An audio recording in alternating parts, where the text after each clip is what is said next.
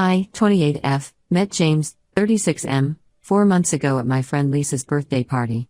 Lisa had invited a mix of people from different friend groups, and James was there with his colleague Mike, who is Lisa's boyfriend. When we first met, James seemed perfect. He was charming, intelligent, and showed genuine interest in getting to know me. Being 36, he was more mature than guys I'd dated before.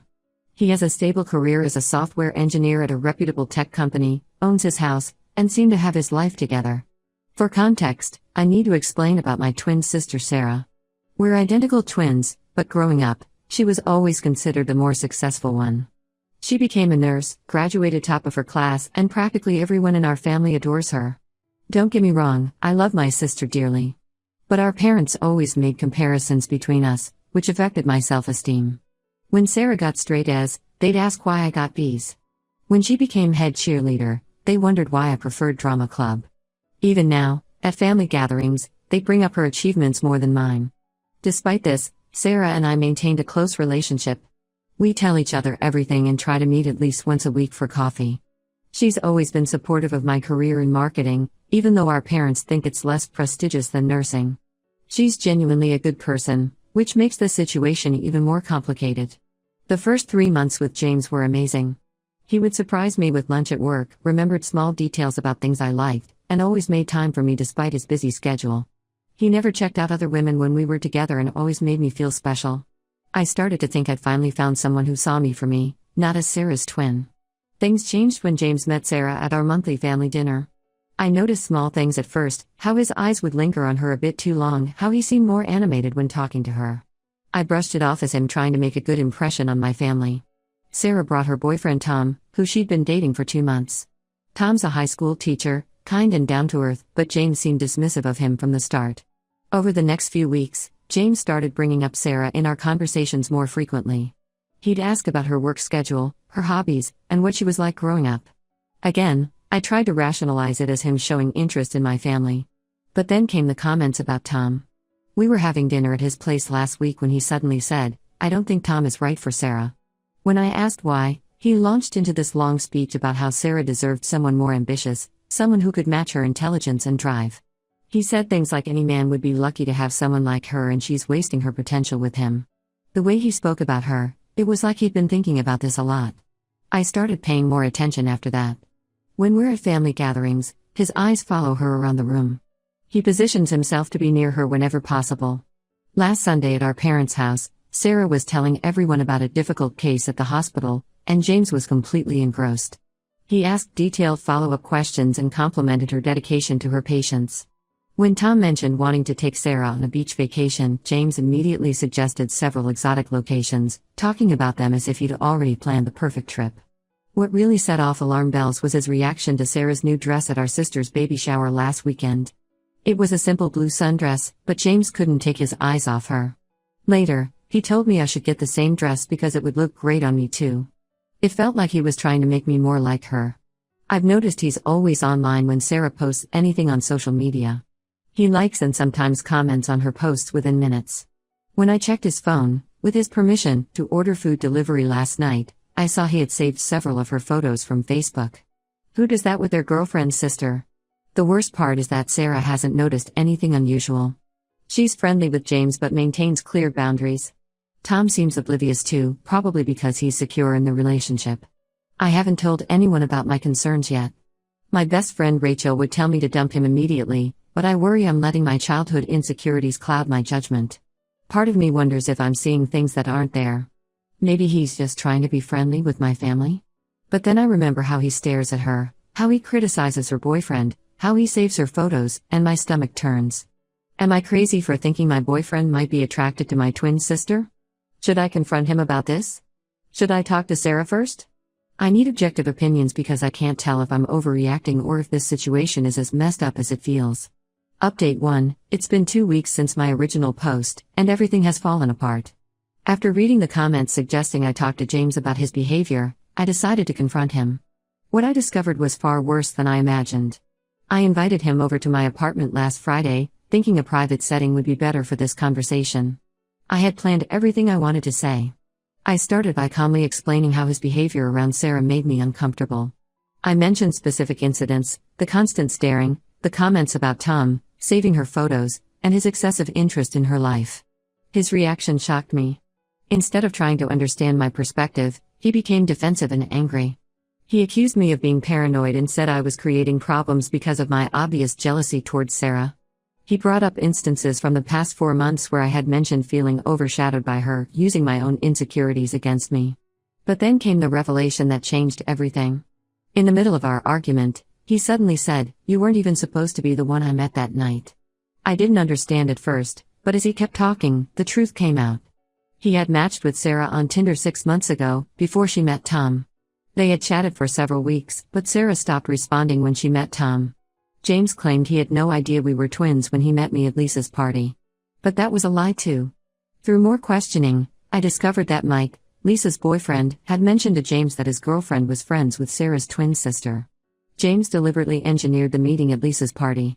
He admitted he thought it was fake, giving him another chance when he realized I was Sarah's twin.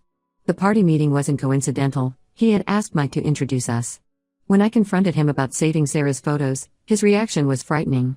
He became extremely agitated, pacing around my living room, saying I had no right to question him about what he saved on his private phone, despite him giving me permission to use it.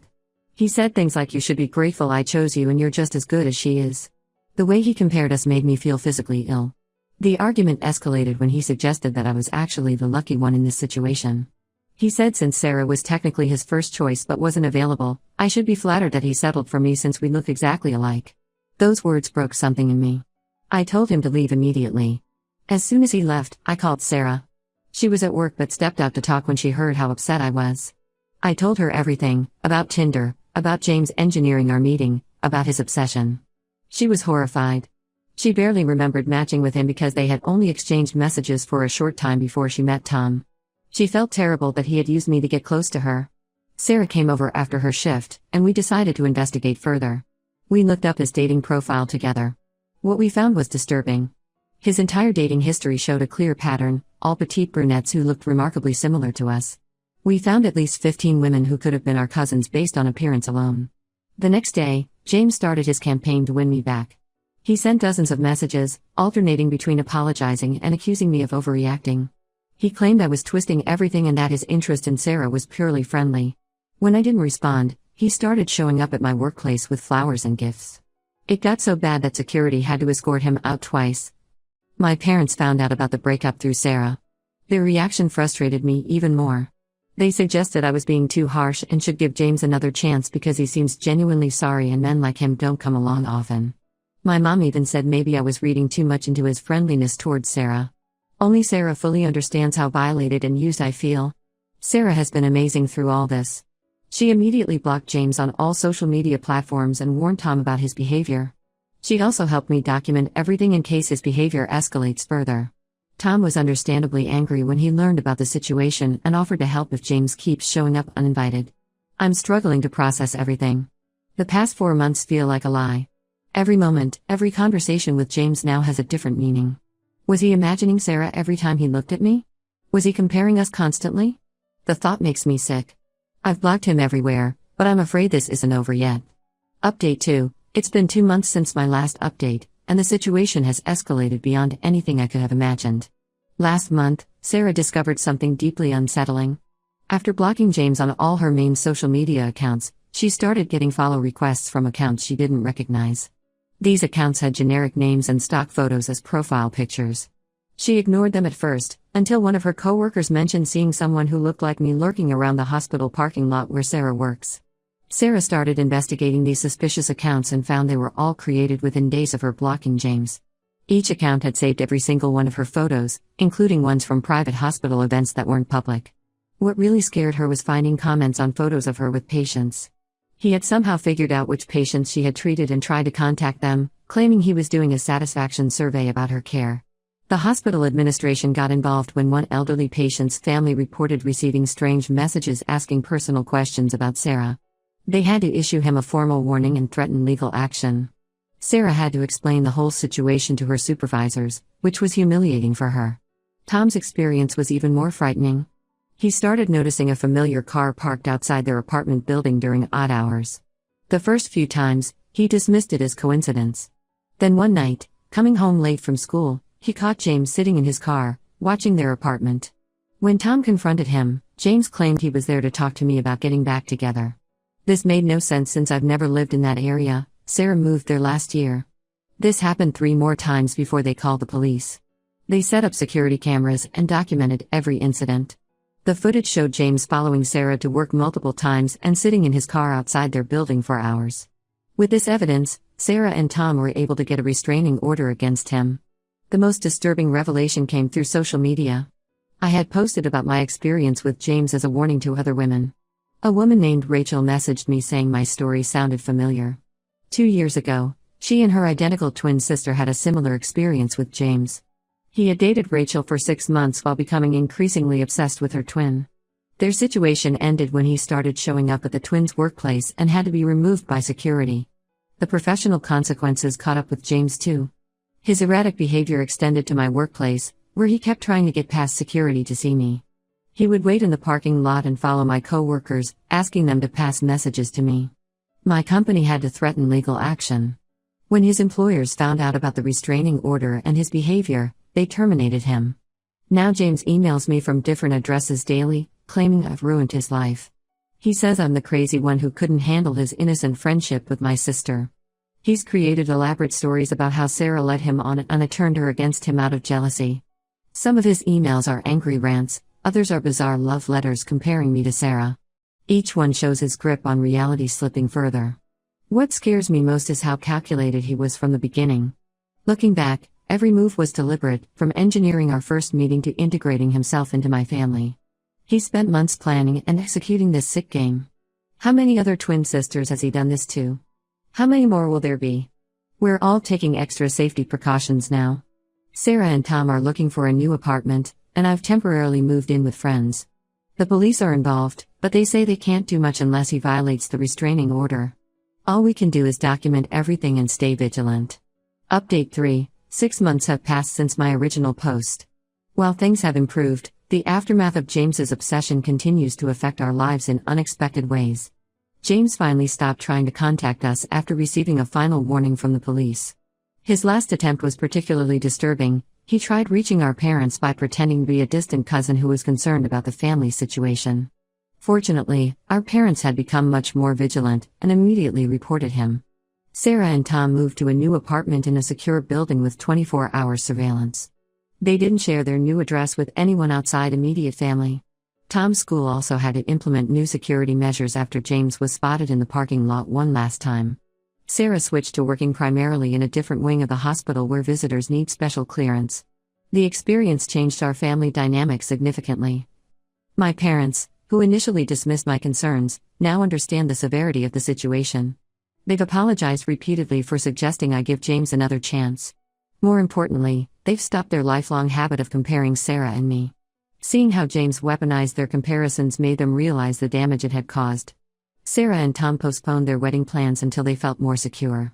Initially, Sarah felt guilty about the whole situation, thinking her existence somehow caused this. We've had long conversations about it, and she's finally stopped blaming herself. If anything, this experience has brought us closer. We now have a deeper understanding of each other's perspectives and insecurities. Rachel, the twin who reached out about her experience with James, has become a close friend. She introduced us to a support group for people who've dealt with stalking. Through the group, we discovered 2 more sets of twins who had encounters with James in different states. We're working with a lawyer to see if there's enough evidence for a broader case against him. I'm still single and honestly prefer it that way right now. The thought of dating makes me anxious, but I'm working through it. My focus is on rebuilding my sense of security, independence. I changed jobs to a company with better security, moved to a new apartment, and adopted a large dog for company and protection. The most valuable lesson from this experience was learning to trust my instincts. Those initial uncomfortable feelings about James's behavior weren't paranoia or jealousy, they were warning signs. I'm grateful I acted on them before things got worse. While I wish none of this had happened, it taught me important lessons about self-worth and boundaries. I'm no longer the person who doubts herself when something feels wrong.